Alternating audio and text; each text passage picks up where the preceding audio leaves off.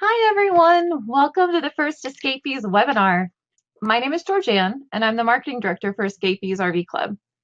Today, we're going to talk with Kimberly Travaglino from Fulltime Families, and she's going to share with us how her family navigates the limited space in their RV. Hey, Kimberly. So will you take a couple minutes and introduce yourself?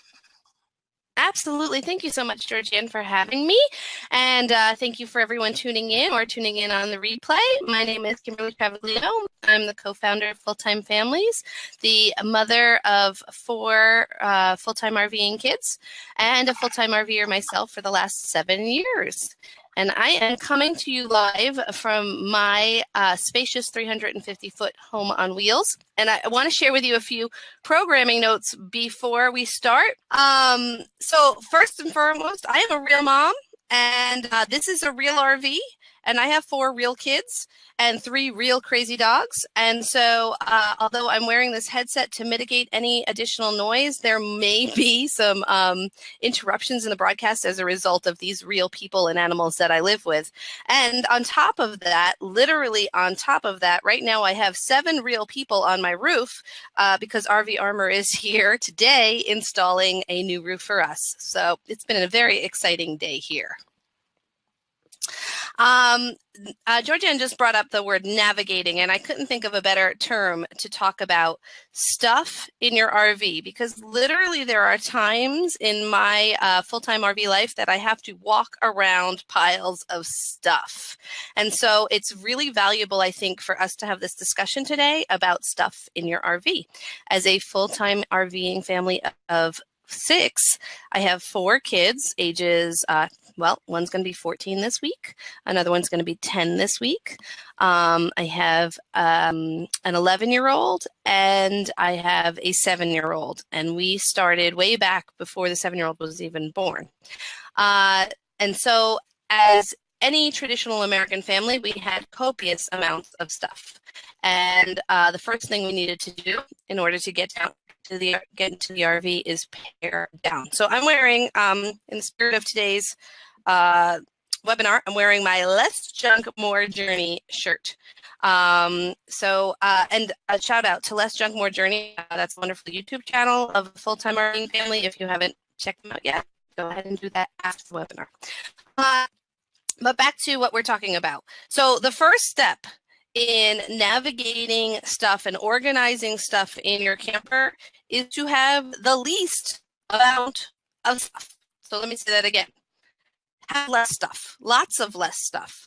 So when you are packing up your camper, or maybe you're currently in a camper, and you are struggling with this, I want you to literally go through all your stuff, get down to the bare minimum of what you think you absolutely need to live with, and then cut it in half, because chances are really good that you have double the amount of stuff that you actually need.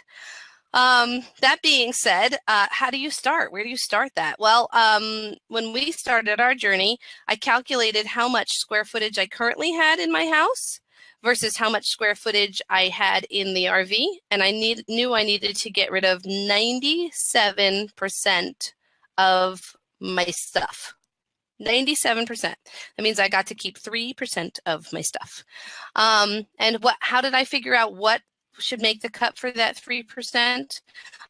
Stuff that I absolutely loved, that was absolutely essential to our lifestyle, tools and resources and things that we undoubtedly would need. And if I had gotten rid of it, we would have to buy again. So that's silly. We're not going to try to rebuy everything that we already have. We're just going to try to cull out the stuff to make sure what we have is absolutely essential. And what I did is I took that list and I put it in a book. And I actually have packing lists in this book for you to, I'm just going to a packing list right now, for you to see exactly how much stuff you need. I also have in this book a list of stuff you don't need. So let me go through a list of stuff that you don't need right off the top of the back, the thing. I didn't need a juicer anymore. I didn't need a bread maker. I did not need an ironing board. I did not need 20 pairs of shoes. I did not need 90% of my books. I know that was really, really hard, but I didn't need them.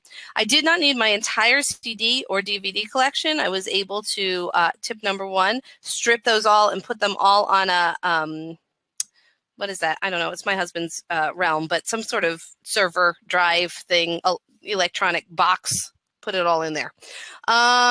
Your bakeware, because chances are it won't fit in your oven. Your beer bottle, paperweight, garden gnome, fill in the blank here collection, because if you're going to go on this journey, chances are good that you're going to collect memories and experiences over stuff. And I'll talk a little bit later about what we do collect on our journey, because, you know, we're animals of habit and creatures of habit, and collecting things is hard not to do. But there are some things you can collect. 90% of all the things in your junk drawer, 90% of your tools, a complete business attire wardrobe. You're probably not going to need that unless you work on the road and still need, professional clothes. I don't need any of that, thank goodness. And the maternity clothes you're saving just in case. You thought I didn't know about those, huh? That's what it says in the book. Trust me, even if you just in case are going to have a baby, when you need them, the maternity clothes will come back. So that's the stuff that you don't need. Let's talk about things that you do need. And one of the things that you do need is as many multi-purpose items as possible. You're going to be focusing on tools that can do more than one thing in your house, because the more of those you have, the more you can replace multiple tools. So I'm going to show you one of my favorite tools in this house. It's heavy and big. Oh, it's like my baby. It is an Instant Pot. It's a programmable pressure cooker. Excuse me. And if you've spent any time in the RVing world on any of the forums, you will have heard the word Instant Pot. And why I love my Instant Pot is because it's a rice cooker. It's a slow cooker. It's a programmable pressure cooker. I can make yogurt in it. I can make cakes in it, although I haven't tried. I can saute with it. I can boil water for pasta with it. When I got my Instant Pot, I literally took out my stovetop range and my oven because I didn't need them anymore. I can decide right after this webinar is over and pull something frozen out of the freezer, put it in my Instant Pot with a cup of liquid, and it will be done. Janelle, to answer your question, I've seen a lot of people getting them on Amazon.com.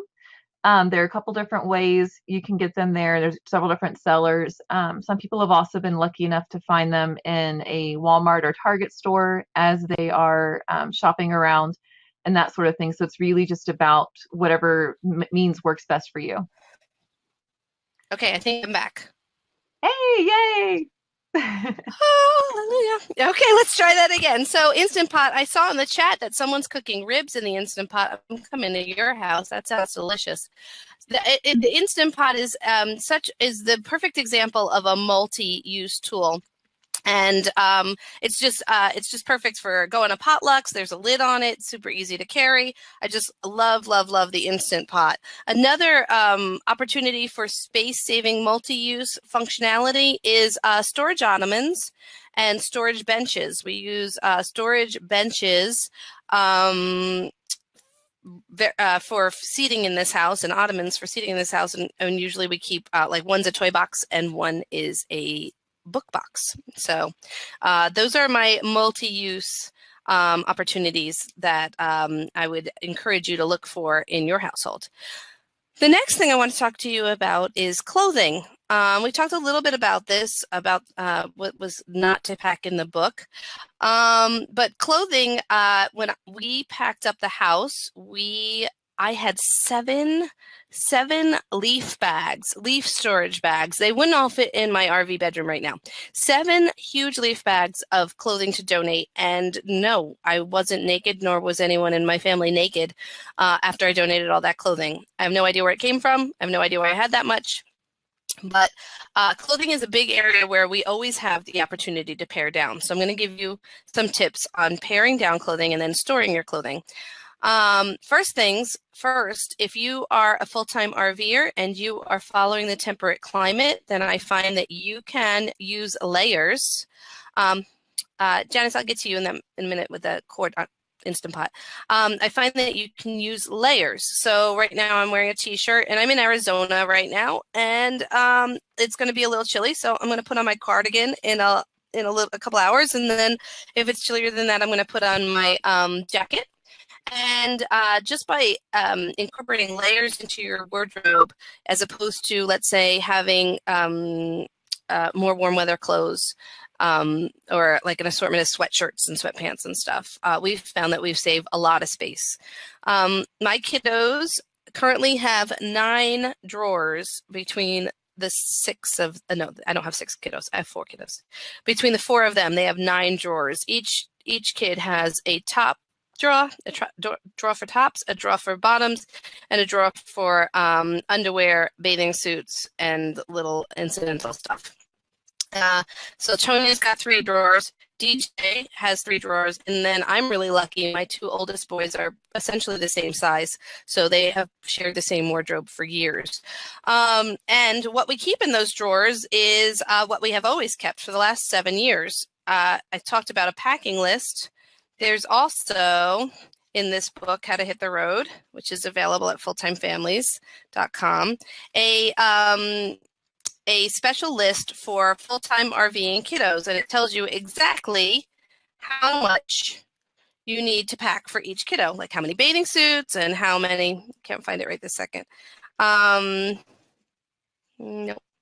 How many bathing suits and how many pairs of underwear and how many t-shirts and how many shorts and how many pair of jeans and how many nice Sunday outfits. Everything from soup to nuts is in there, and we have lived with that packing list for 7 years, and it's never failed us. So the packing list is also available for $1.99 at fulltimefamilies.com. So if you're looking for, it's called the Full-Time RVing Kids Wardrobe List. If you're looking for that, you can find that there.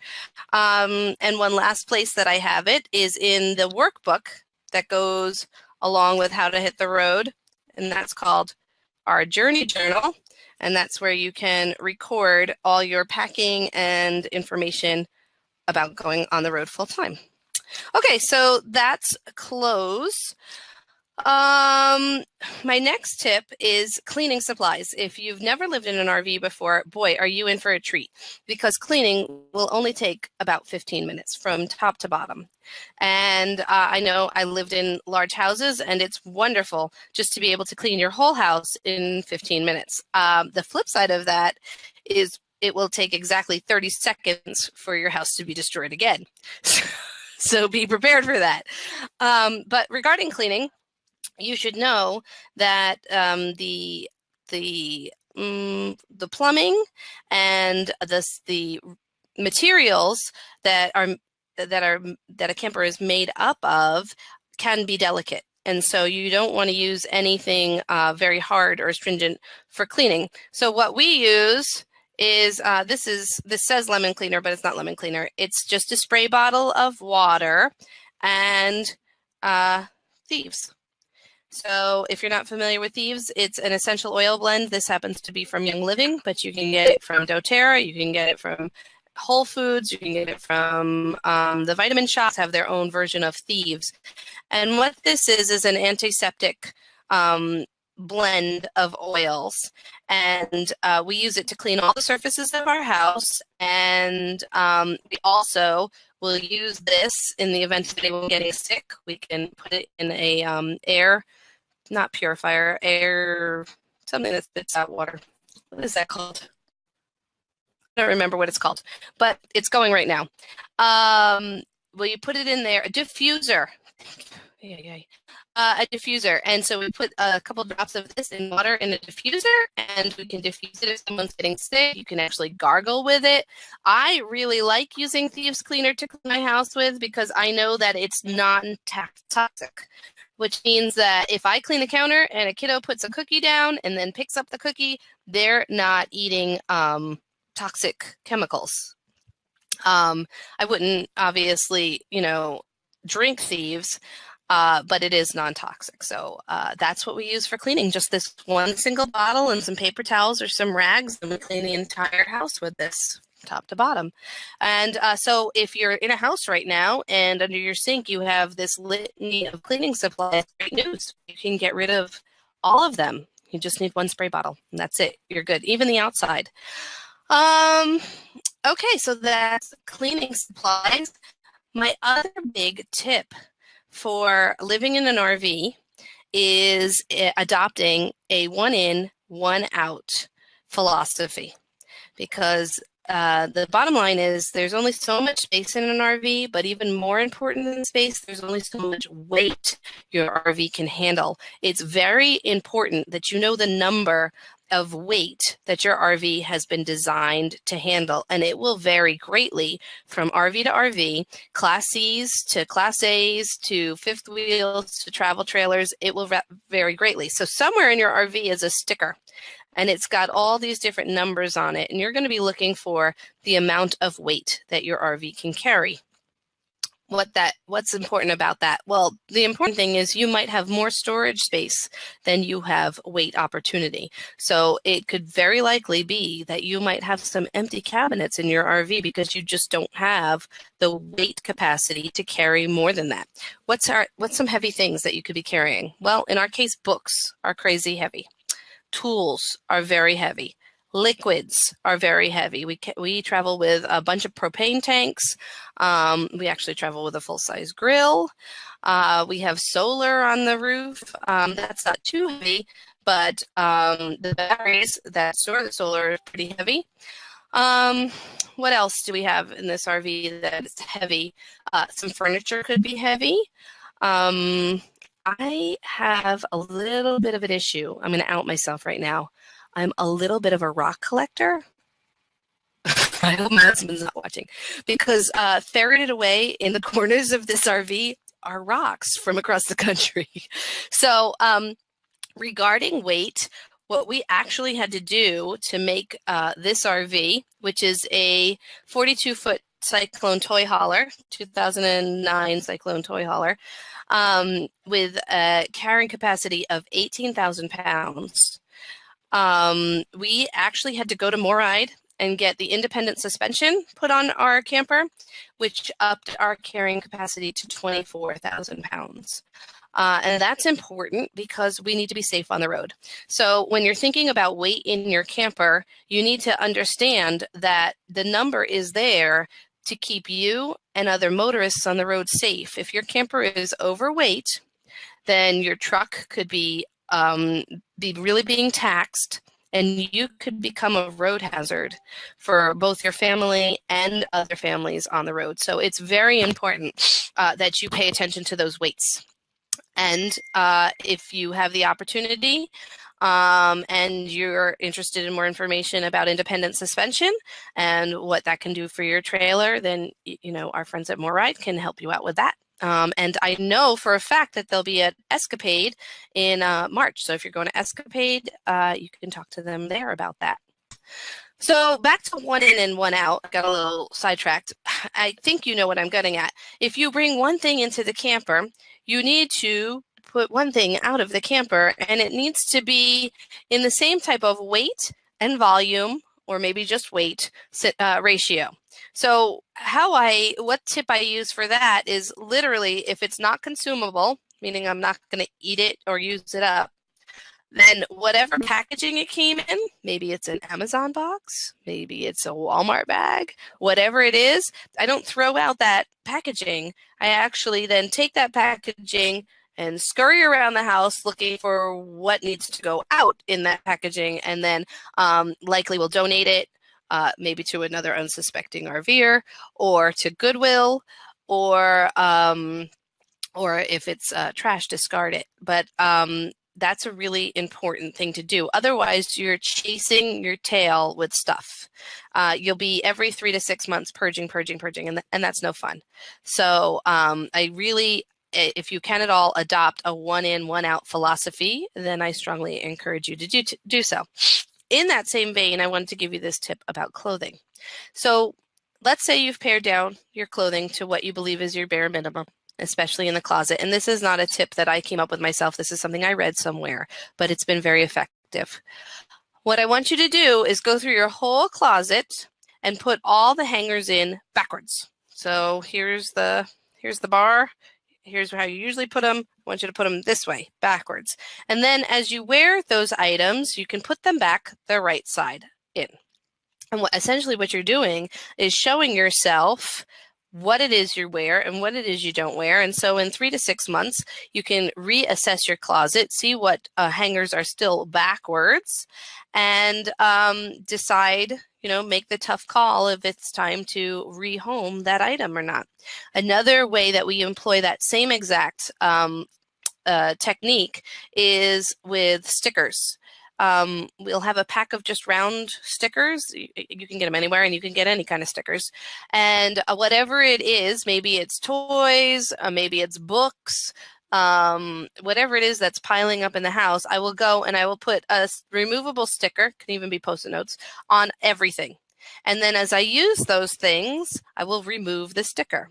And then in 3 to 6 months, I'll go back, look at everything, and see what still has a sticker on it, because that will alert me to the fact that I haven't used it in 3 to 6 months and probably don't need it anymore. So those are my tips for one in, one out, and helping you purge continually. Another organization tip, this is super easy and it can't be overstated. Keep like things together. So we have a radio show on Sunday nights called Roadschool Moms, and it's also available on iTunes. And my co-host has a bag for everything. She's got a swimming bag. She's got a warm weather bag, a cold weather bag, I should say. She's got a bag so she can do school on the beach. She's got a special camera bag, and she calls them her Ready, Set, Go bags. And I'm really inspired by those Ready, Set, Go bags because we're a family that's out here for an adventure. We don't live in 350 square feet just sitting here all day long. We're here because we want to explore and enjoy this great nation and all of its treasures alongside one another. And what better way to be prepared for an adventure than to have a Ready, Set, Go bag? And so if you are a family that is traveling full time, I would tell you to start employing this in one of 3 bags, or all 3 if you like. Definitely the beach bag or the pool bag, okay? And in that bag, you're going to have your sunscreen, your goggles, some pool toys, and your towels. That's where they're going to live. Your beach towels are not going to live in your linen closet anymore. They're going to live in your pool bag. And so you're going to wash them and fold them back into your pool bag. So when it's time, when the kiddos want to go to the pool, as my kiddos did today, they were swimming today, I just grabbed the pool bag and off we went. And I was pretty impressed with myself, I have to say. Another great bag is if you're a road school family, your road schooling bag. So what you're going to want to do with that is have some easy markers, just a pair of scissors or so, maybe a thing of glue, and some inspirational items. Markers, I said that already, crayons, and maybe a couple clipboards. And what that bag is for is learning on the go. And I love that bag. Mary Beth, again, inspired me to have one of these. She's got her road trip teacher bag. It's pretty cool. It's always ready to go, always fully stocked. And she just grabs it and says, you know what, instead of doing our regular workbooks today, we're going to go to the park and have a school day there. And she's got all the tools she needs to teach any lesson she wants with that bag. So, say it's Groundhog's Day. She can go download a quick Groundhog's lesson, print out 4 copies. She's got 4 kiddos like me, and off they go to the park doing a Groundhog's lesson. So I love those Ready, Set, Go bags. My last Ready, Set, Go bag is for the shower. If you've ever taken a shower at the shower house and maybe forgotten your towel, or maybe forgotten the conditioner or your comb, you know how frustrating that can be. So this is one case where I would employ having duplicates of something and having maybe a backpack ready to go. And we don't use the shower house a lot, but I want to tell you I had to use it today because when I came home to get ready for the webinar, there were people on my roof looking through my sunroof in my shower. And so I couldn't take a shower in my house, so I had to go to the shower house, and I had to have the forethought of what it is I need there. So having my shower Ready, Set, Go bag was awesome. Just pick it up, go to the shower house. Like I said, I use it very infrequently, but Maybe if you have older kids, this is something that you would use more frequently. That's really, really helpful. So those are our Ready, Set, Go bags. If you have a Ready, Set, Go bag, I'd love to hear about it in the comments. Okay. I'm trying to think what else I have for you. We're going to go through the questions pretty soon. I want to share with you where you can find more information about these things. These two books are available digitally or in a set or individually as hard copies, and they're available at fulltimefamilies.com. We invite you to come to a rally at a Fulltime Families rally. Families actually parade each other's homes. We probably have between a dozen and 15 homes on the parade, and you can see exactly how families are living in their RVs and maximizing their use of space. Again, we have a podcast on iTunes and a live Sunday night radio show. So you can catch us live 9 p.m. Eastern Time, Sunday night, or you can catch the replay on iTunes. And we are going to be super excited to be at Escapade this March. In fact, I just checked out the Pima County Fairgrounds this weekend. We're going to be hosting Kidscapade there for the families that are coming. And if you're coming to Escapade, then stop me and we can chat. And I'd be happy to show you my house and how we live in it and what tools we use here.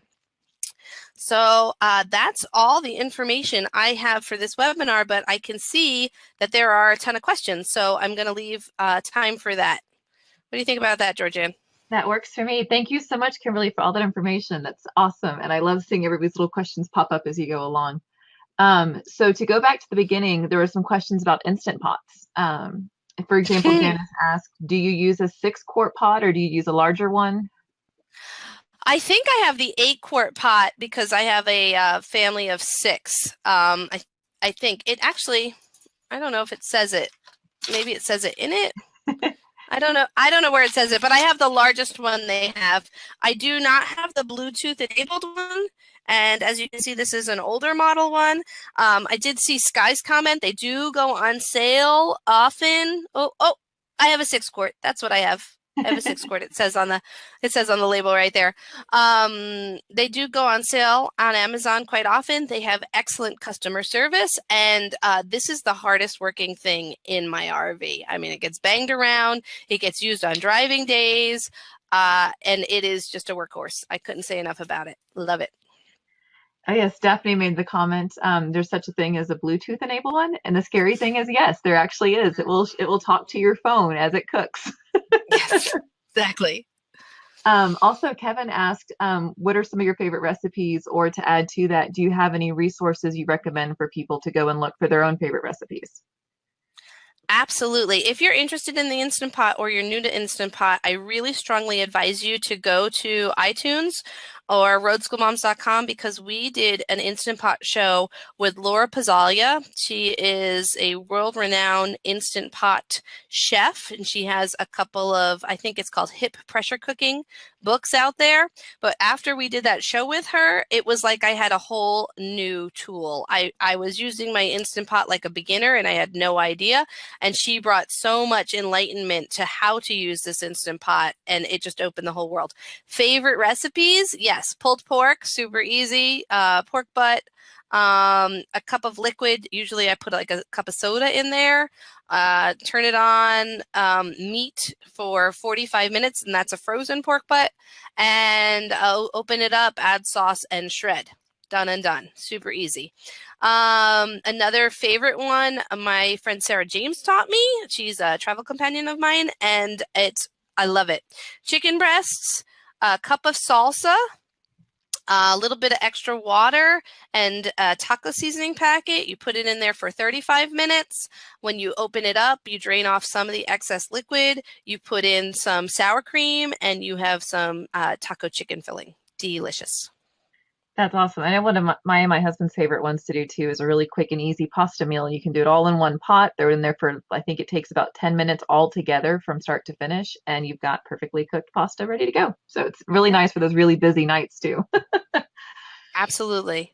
And so something that Walt was trying to ask earlier, with the Instant Pot, how do you power it? He has 110 volts, 12 volts, gas, that sort of thing. And so Okay, so maybe a follow-up is to ask, how does your solar and such handle your Instant Pot?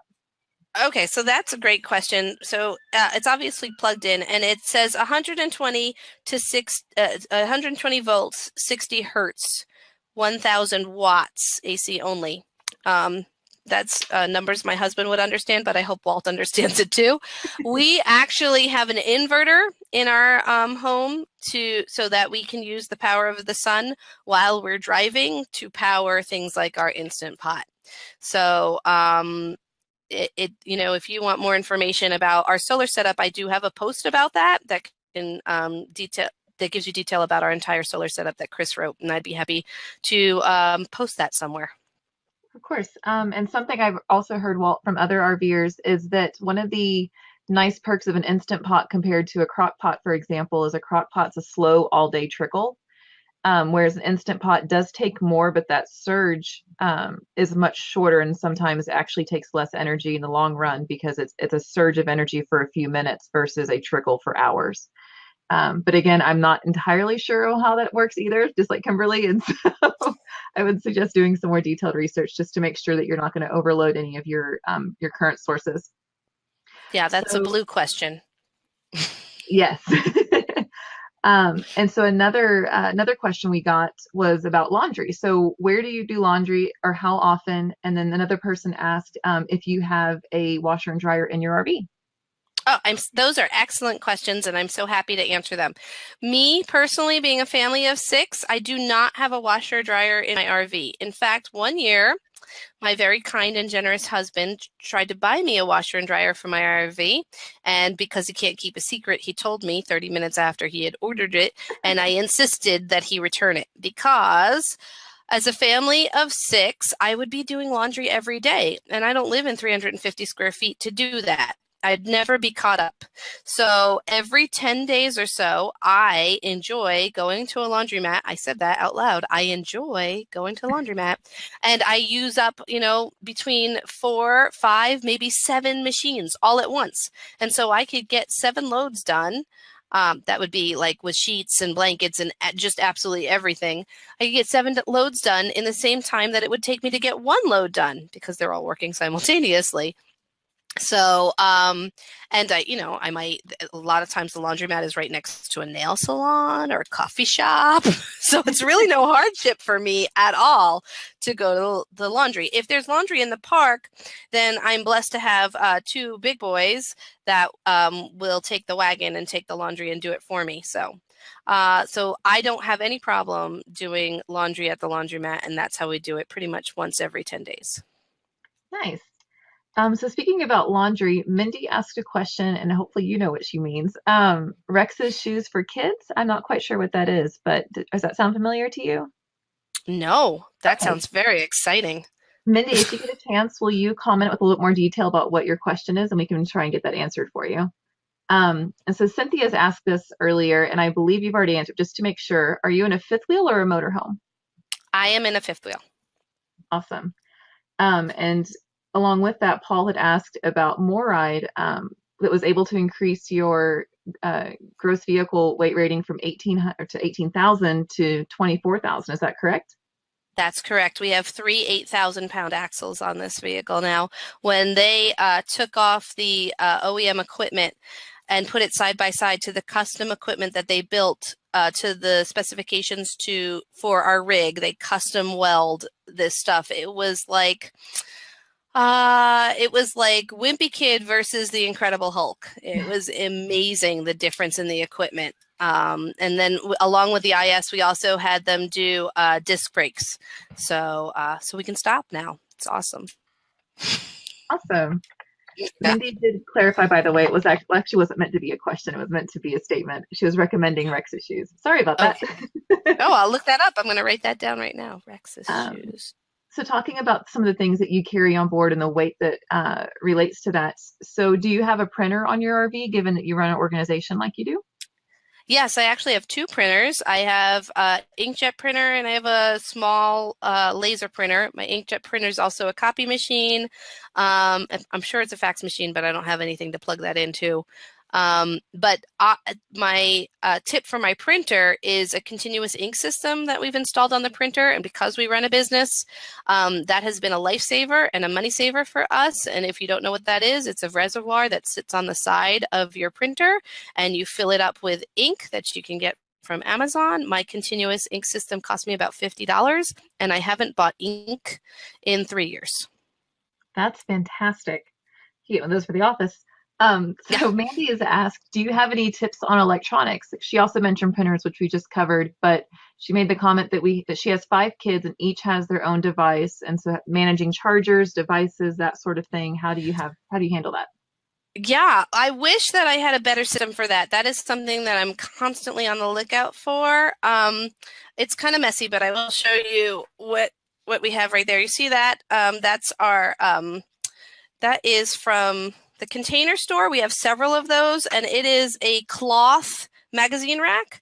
And so what you saw in there was a full-size iPad, and so we keep 2 full-size iPads in there and the cords that they need. My kiddos also each have their own laptop because we do a lot of school on their laptop. And so they all have their own backpacks for the laptops. Where they keep their mouse pad, their charging cord, and their laptop all in their own backpack. So again, this is another version of our Ready, Set, Go bag. So if we're going to do work and say our internet's not working well, or we want to do work at the library, they can just grab their backpacks and we're ready to go. And then we've installed, very much like an elementary school, just this hook system with their backpacks on it. So, and so every night when they're done with their laptops, back in the backpack, and back put away, and then they go get them the next day. So in the bottom, that's that full-size iPad, and then you can see we have some headphones up there also, and it also becomes a little bit of a catch-all. At different times, we've used it for homeschooling. We had one per child, and we put each subject into the different folders, and they had to work down the thing every day, like, okay, I'm going to do this much for history and this much for reading and this much for language arts. And so it was a way to give a visual cue. And I actually have a video on that at YouTube/Fulltime Families. It's called Roadschooling on the 101. And you can see how we used to use those, but they've been invaluable for the last 7 years we've used them. I use them now. I have 2 in my bedroom, one on each side for Chris and I as our nightstands. Fantastic. So talking about homeschooling, Anne has asked, how do you follow homeschool laws when you're traveling so much, or how do you approach homeschooling your kids?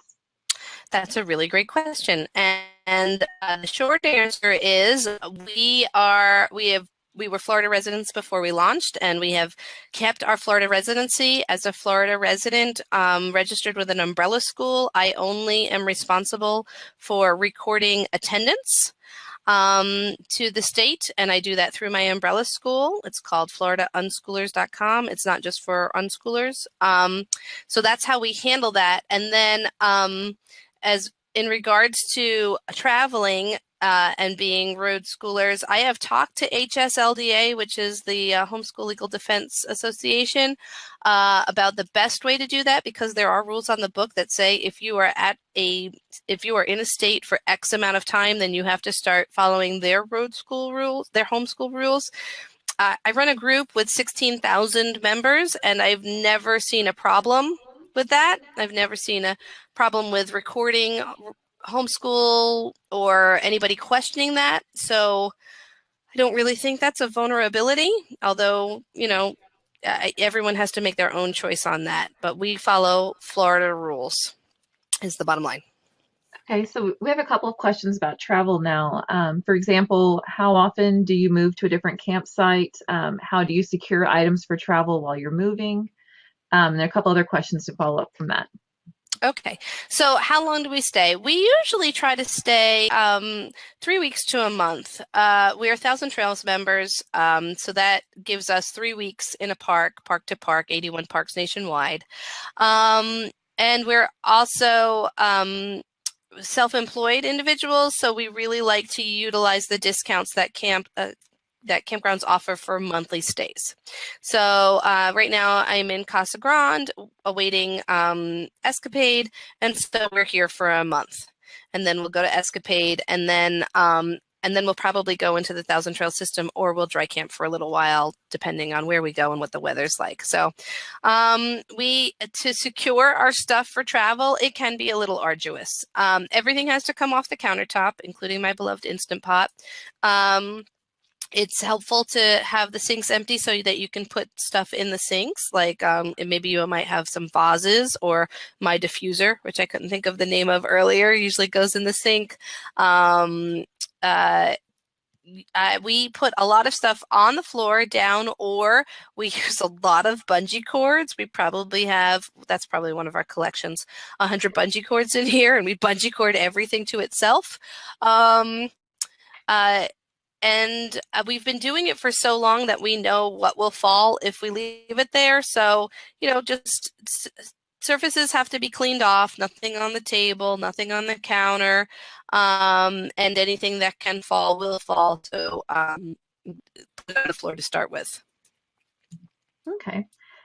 Kevin has a question about tips for caring for animals and keeping them happy. And before I let you answer, I just want to say real quick, in April, Kevin, we have a webinar scheduled with Juliet Whitfield, who does Tales from the Road, and she is a professional dog trainer who also is happy to share lots of information about caring for her animals while she's traveling. And so we'll have some more information for you then. But also in the meantime, what do you do, Kimberly? I have 3 small-ish dogs. I have 2 Chihuahuas and 1 Chihuahua, and keeping them happy. Well, first and foremost, they ride in the truck with us during long travel days. And there have been times where we have had them ride in the camper because honestly, that was the safer place. When we had little kids who would, go to a truck stop, we'd open the doors because the kids had to go to the bathroom real bad and they wouldn't close the doors and the dogs could get out. That was an unsafe situation for the dogs. So it was safer at that point in our lives for them to be in the camper. But now that the kids are more responsible and older, they can ride with us and they're much happier doing so. There's usually dog parks at campgrounds, so they have some off-leash time, and or you can bring them to a local dog park if off-leash time is important to them. So they like to eat and drink. So going back to some travel-related questions, Marcia and Cynthia have asked, what do you do for internet or TV service? That's a great question. So for TV service, we used to have Dish. But we decided to cancel it because all we were watching was Ancient Aliens and it wasn't worth $50 a month. So now we stream. And so that brings us to the internet question. And what we personally do for internet is we own 2 grandfathered Verizon unlimited plans that are in contract. And I know, Georgianne, I overheard you saying that you have an internet webinar coming up, and so they'll get way more details about that. But right now, the way that internet is set up, that is the holy grail for RVers and internet, is an unlimited grandfathered plan from Verizon. It's got the best coverage and the most reliability. And Fulltime Families has some resources for that if you'd like more information about that. Okay, awesome. And so let's see, to skip around a little bit, earlier on, Mindy had asked, first of all, when and where is the next Full-Time Families rally? And also we bungled up her question quite a bit. What she was asking about shoes was, what do you recommend to get down to just 1 or 2 pair of shoes per kid instead of the potential of having lots of different ones? So if you can take care of her questions. Yeah, absolutely. Okay, so let's start with the shoes first. So let's take my kiddos, for example. I don't find that my kids need a whole wardrobe of shoes because they grow out of them way before they'll even use them up. So we focus on flip-flops. The little kids have flip-flops because in and out, on and off, super easy. Or Crocs if they prefer that, because again, that's easy in and off. Not each of my kiddos has a pair of sneakers because they grow out of them too fast. They don't even use up the tread before they've already moved on to them. But we have an assortment of some hiking footwear that we keep. It's like pretty unisex, and we keep passing it down as one kiddo grows out of it, the next kiddo grows into it. And those come in very handy because when you're hiking, it's very important to have the right equipment, especially footwear. If you're going to be an adventurous family, you should have the right tools for your adventure. And although we've hiked in flip-flops, I don't suggest it. It doesn't work out well. So that's it. Some of my kiddos are partial to cowboy boots, and one or two of them have a pair of those. And that's it. We've really, really pared down the shoes as much as possible because it's just, like I said, they go through them too fast. The other thing to keep in mind is if you get plugged into this community, if you are a family that is traveling on the road and you get plugged into specifically the Fulltime Families community, this goes to your rally question. Every rally, we host a swap, a 2-day swap, and it's totally free. You come and you leave what you don't want, and you take what you do need. And so you don't need to travel with multiple age groups or multiple sizes of clothes for your kiddos to grow in and out of. The exception for that would be a really good pair of shoes. But you can really get rid of that stuff because if you get plugged into this community, you're going to have an overabundance of what you need when you need it. To talk about when the next rally is, the next rally is September in Mattawa, Canada. FTF is going international. I'm really excited to say. There's, as of this moment, only 6 spots left at that rally. It's a very small, intimate affair, 25 families total. If for some reason Canada doesn't work out for you, the rally after that is going to be in Tallahassee in January 2018. And you can always keep your eye on the upcoming events tab at Fulltime Families if we add more events. Awesome. Okay, we're gonna hop back to Instant Pots for a moment. Marcia had asked if the Instant Pot will burn food. For example, she says that she keeps an eye on her Ninja cooker, otherwise it'll burn. Okay, so no, I don't burn my food in the Instant Pot. It comes with a metal grate. So if I'm cooking a meat in that, like as opposed to a soup, if I'm cooking a meat, I put the metal grate in first, I put the liquid in, and I put the meat on top of it. And so no, the meat doesn't actually touch the bottom and doesn't have the opportunity to burn the food. Okay. Lindsay asked, influences for your next destination. What influences you? Well, it's Fulltime Families' commitment to serve families who are making the intentional choice to be full-time with their family. And so we like to host events across the country. And so that's really what guides our travels. We'll look at where we have hosted and what parts of the country we have not served yet, and then we'll probably put an event in that place. So we just came from Tallahassee where we had 84 families at that event, and now we're going to be serving Escapade at Kidscapade where more families will be. So that's how we got here. And then we'll see. We're probably going to take a lot of the spring and summer off from events and just enjoy our family time because ultimately that's why we do what we do. And we'll see after that. Awesome. So Brandon had asked, for example, it was something you did talk a little bit earlier, but I think you may have missed it. How long have you been on the road and how well has your family handled it? And Eva follows up with how long do you think you'll be on the road? I've been on the roads for 7 years. My family has thrived as a result of this lifestyle change. We have an immeasurable bond with our children and our children with each other. That's not to say that we're not a normal family and the kids don't, get on each other's nerves from time to time. That happens.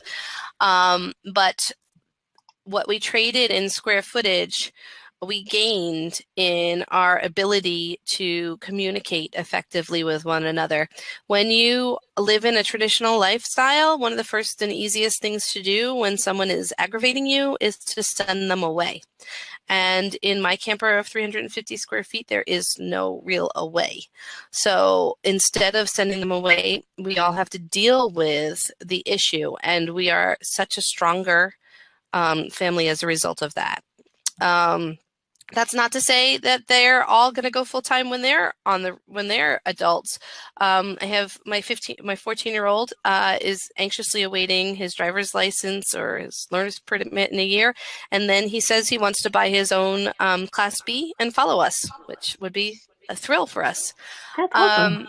Yeah, it is awesome. I have a child on the spectrum, which means the autism spectrum. He has Asperger's, and he indicates that he would much prefer to live in a house. He has very large hobbies. He is a model railroad fanatic, and that's a really hard hobby to accommodate in a camper. Model railroads are very, very delicate and need a lot of space, and neither of those things jive in here. We do the best we can to accommodate him, and we've been able to incorporate his love of model railroading into our travels, and we've gone from coast to coast to every model railroad museum you can think of. Him being on the spectrum, I personally believe that he has benefited greatly from the one-on-one time that we have been able to spend with him. As a result of our lifestyle, and the opportunity for him to meet lots of people in a safe and familiar setting, because everything in here is always in here, and what's out there is different and changing. And so he has the opportunity to meet lots of people and then to retreat back to his place. And I think that this has been one of the best things that we could do for him. He is very, very well adjusted to the situation. But it'll be interesting to see what he chooses when he's an adult. And then the other two, Tonya is our only girl, and she's very easy. And then DJ is the quote unquote baby. He's going to be 7, and he's never lived in a house, so he's happy. He's got nothing to compare it to. Well, Eva had asked also, how long do you think you'll be on the road? Yeah, so our stock answer is until it's not fun anymore. At this point in our lives, we really get so much satisfaction out of helping families live intentional lives and meeting with families. We've met with thousands of families on the road since we started, and helping the families that have made this choice, or, it's not uncommon for people to figure out that we're in the area and they're currently living still in sticks and bricks and come and visit us at our campsite and see how our camper works and see that our family's pretty normal, and then be inspired to do it themselves. So that's still very, very, very rewarding for us. So I don't see that ending anytime soon. And quite frankly, there's nothing appealing about a house without wheels for me. So I think we're here for the duration. That's fantastic. I really like your answer, and apparently Sky does too. And so Eva had asked, I don't want to forget to get this in there. Eva had asked, what are your books again? I think she may have missed it earlier. Oh, thanks for asking, Eva. Okay, so this is our first book, How to Hit the Road, and we've updated it several times. We've got a 2015 version, which is the latest. And in here is the actionable tips for how to transition from a traditional lifestyle to a fully mobile lifestyle. And this actually isn't my copy, because I'm totally out of my copy. So my very good friend and travel companion, the James family, let me borrow her copy, and you can see how much she used this book, wrote all over it. So I'm happy to see that so many people are getting so much information out of this book. And then this book suggests that you either get a notebook to record things with, or use this workbook. And so this workbook can be a standalone item. You can use it. The idea for this workbook is that as a full-time RVing family, you have either done the best thing or the worst thing for your family. They're either going to need copious amounts of therapy, or they're going to love you and what you've done for them. And so I thought, wouldn't it be nice if parents had the opportunity to write down the why? So later, when their kids are older, in their own parent's hand, it would indicate, why did we do this? Why did we take this huge leap of faith? And so in here are all different writing prompts, so you can really distill why you're doing what you're doing, and then use the tools from either book to hone in on what you need to do to make it the easiest transition possible, and how to just maximize your adventure. Because I will tell you, as a full-time RVing family, it's not an easy life. It can be a very arduous life. The equipment, without a doubt, is faulty. And when you live in it, these are not intended to be lived in, regardless of what manufacturers say. When you live in them full time, it puts a lot of wear and tear on your vehicles. And so that gets really, really old really fast. So having something to look back on to say, wait a second, why are we doing this again? Oh, yeah, that's right. Because we want intentional time with our family, because life's too short. And whatever your reasons are, I thought would be also a great motivation for when you're sitting there asking yourself, oh my gosh, what did we do? Okay, so we've got just 3 more questions. Actually, so while we're talking about your books, Daphne asked, where would she be able to buy that journal? Oh, awesome. It's on fulltimefamilies.com. There's a tab for resources, and there you'll see these and a couple other books that I've written. Okay, awesome. Another question she had is, have you had to get a new RV in the 7 years that you've been traveling? Yes, this is my second full-time RV. We started with a 32-foot quad bunk fifth wheel by Jayco. It was a wonderful RV. This RV, you can't really see it, but I do have on YouTube a full tour of my RV. This RV has an opposing slide layout, which means I'm sitting on a slide right here and there's a slide behind me. So there's 2 slides in the main living area, which makes my RV very spacious. I wanted an RV for the second time around that my kids could play dance in, or I could do yoga in. We couldn't do that in the Jayco, but if I was just starting out, and one of the things we have been talking about, it's a huge trend right now, families that have been on the road for a while, downsizing.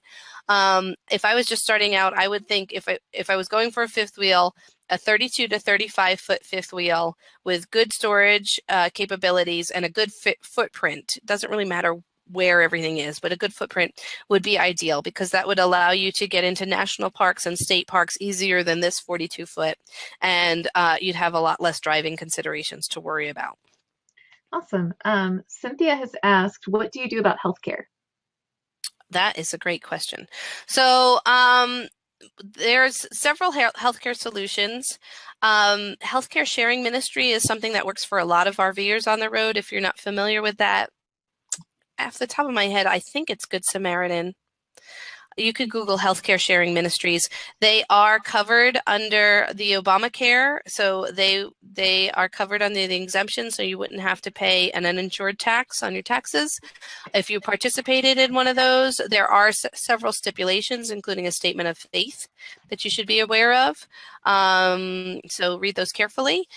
Other families still have their full-time jobs on the road, and so they're covered by their employer. And then other families are self-insured. And if you're self-insured, then I would tell you to dust up your negotiating skills, because everything in the healthcare world is negotiable, and you should negotiate. The other thing that we use to help us with that is called Teledoc. That has been invaluable for us. It costs our family $16 a month, and it provides for us free consultations, free unlimited consultations. Normally they're $40 a consult, and we can get a doctor on the telephone or on the computer through Skype and get a prescription to our local pharmacy wherever we're parked. So I can't say enough about Teledoc. Full-Time Families has a special deal with Teledoc. If you're a Full-Time Families member, you get those $40 consult fees waived. The James family, who I've referred to several times in this webinar, is currently experiencing a huge illness. And has had 3 consults this week. So they've definitely got their $16 worth this month alone. It's something that we've used extensively on the road if we got sick.